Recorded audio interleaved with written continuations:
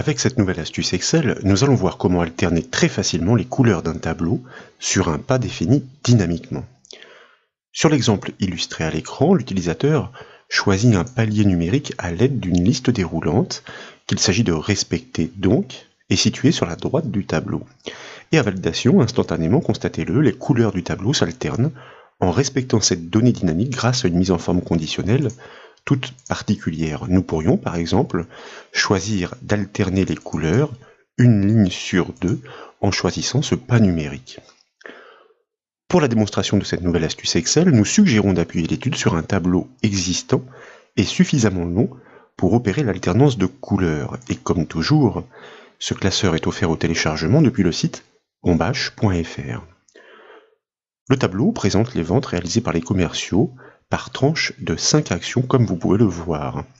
Dans ces conditions, il apparaîtrait opportun d'alterner les couleurs toutes les 5 lignes pour clairement les différencier les uns des autres. Mais comme nous l'avons expliqué, nous allons nous laisser la liberté de définir ce pas numérique grâce à la liste déroulante située en cellule G4.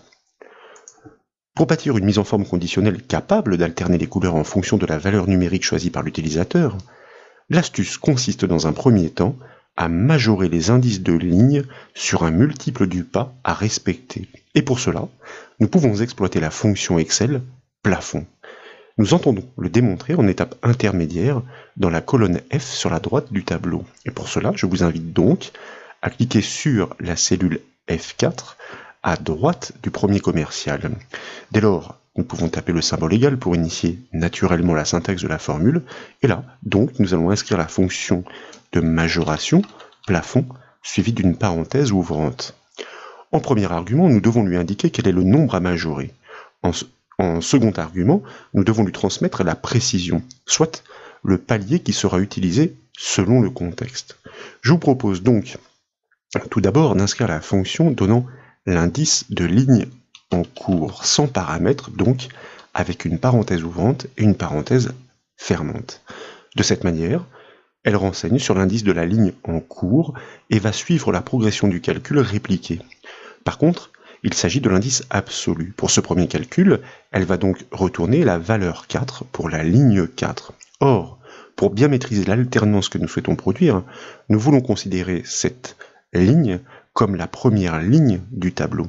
Il suffit donc de retrancher 3 unités à ce résultat pour enlever du décompte les 3 lignes situées au-dessus du tableau. Donc, c'est ce que nous faisons, moins 3 pour retrancher ces 3 unités, puis nous tapons un point-virgule pour passer dans l'argument de la précision de la fonction plafond. Et dès lors, je vous invite à saisir les coordonnées de cette cellule pour ce palier dynamique, puisque ici, dans ce contexte, nous ne pouvons l'atteindre avec la souris, la cellule G4. Puis nous allons enfoncer la touche F4 du clavier pour la figer. En effet, nous allons répliquer cette formule sur les lignes du dessous pour observer son comportement. Tandis que l'indice de ligne doit continuer de progresser, le palier, quant à lui, ne doit pas changer. Désormais, nous pouvons fermer la parenthèse de la fonction plafond, et je vous invite à valider cette formule par le raccourci clavier CTRL-Entrée. Ainsi, nous la gardons active. Et comme vous pouvez le voir, le premier résultat pour la ligne 1 a été majoré à la valeur du pas défini, soit 2 ici. Maintenant, je vous propose de tirer la poignée de cette formule sur quelques lignes vers le bas, comme ceci, pour constater que tant que l'indice de ligne est inférieur ou égal au palier défini, la valeur est majorée sur cette donnée. Mais au-delà, elle est majorée sur le multiple suivant et ainsi de suite. Nous obtenons ainsi une alternance de valeurs paires, identiques par groupe de 2, en cohérence avec le pas défini. Nous avons donc déjà ciblé dynamiquement les zones sur lesquelles les alternances de couleurs doivent se produire. Et la syntaxe de la formule que nous avons construite, vous en conviendrez, est très simple.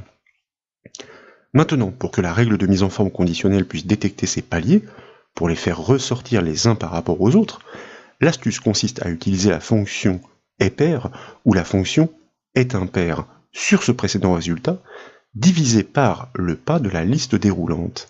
À chaque fois que cette fonction répondra par vrai, par exemple, la mise en valeur pourra être déclenchée automatiquement, un groupe sur 2.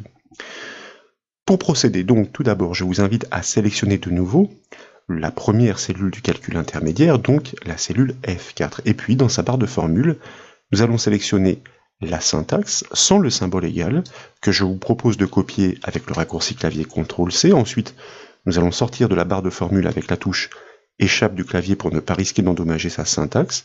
Et dès lors, il convient bien entendu préalablement de sélectionner toutes les données du tableau sans les titres, c'est-à-dire la plage de cellules B4 à E23 comme ceci.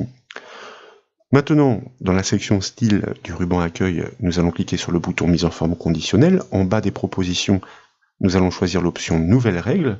Dans la boîte de dialogue qui suit, nous allons sélectionner le type utiliser une formule, car nous allons construire cette syntaxe, elle est particulière, et de fait, nous cliquons dans la zone de saisie du dessous, nous tapons le symbole égal pour initier la syntaxe de cette règle, et comme nous l'annoncions, nous allons inscrire notre fonction pour détecter les nombres pairs, c'est un choix, et point pair, donc c'est une fonction logique suivie d'une parenthèse ouvrante. Et dès lors, eh bien, je vous propose de coller la syntaxe précédemment copiée, donc avec le raccourci clavier CTRL-V. Résultat de ce calcul intermédiaire, là aussi nous l'avions annoncé, que nous divisons par eh bien, ce même palier, donc la cellule G4, que nous cliquons, et dès lors nous pouvons fermer la parenthèse de la fonction plafond. À chaque fois que ce critère est vérifié, donc à chaque fois que la fonction est paire retourne le booléen vrai, nous savons que nous sommes passés sur un nouveau groupe alterné. Nous devons donc le faire ressortir dans une mise en forme explicitement différente. C'est la raison pour laquelle, en bas de la boîte de dialogue, nous cliquons sur le bouton Format. Dans la boîte de dialogue qui suit, je vous propose d'activer l'onglet Remplissage pour choisir un gris assez foncé mais plus clair que, en l'occurrence chez moi ici, le fond de la feuille. Ensuite, nous activons l'onglet Police et avec la seconde liste déroulante, nous pouvons choisir, c'est une suggestion, un vert clair pour la couleur du texte, attribut de format, que nous validons avec le bouton OK. Et nous sommes de retour sur la première boîte de dialogue qui confirme l'apparence que devront prendre les groupes alternés en cohérence avec la formule de la règle, règle que nous validons en cliquant de nouveau sur le bouton OK. Et de retour sur la feuille, vous constatez que les couleurs des lignes sont alternées par groupe, en cohérence avec le palier défini. Et bien entendu, si vous changez ce dernier avec la liste déroulante, comme ici, eh bien, vous avez le plaisir de remarquer que les alternances s'ajustent automatiquement. Dernière petite précision avant de vous laisser, si d'aventure vous souhaitiez commencer l'alternance par le nouveau jeu de couleurs plutôt que par l'ancien, eh bien, soit à partir du premier groupe impair, dans la règle de mise en forme conditionnelle, il suffit de remplacer la fonction est pair par la fonction est impair. Voilà donc pour cette nouvelle astuce Excel. Comme toujours, j'espère qu'elle vous a plu, et si c'est le cas, eh bien, je compte sur vous pour mettre un petit j'aime à la vidéo, et comme vous le savez, vous pouvez retrouver toutes les astuces, mais aussi toutes les formations, sur le site bombache.fr. Je vous remercie.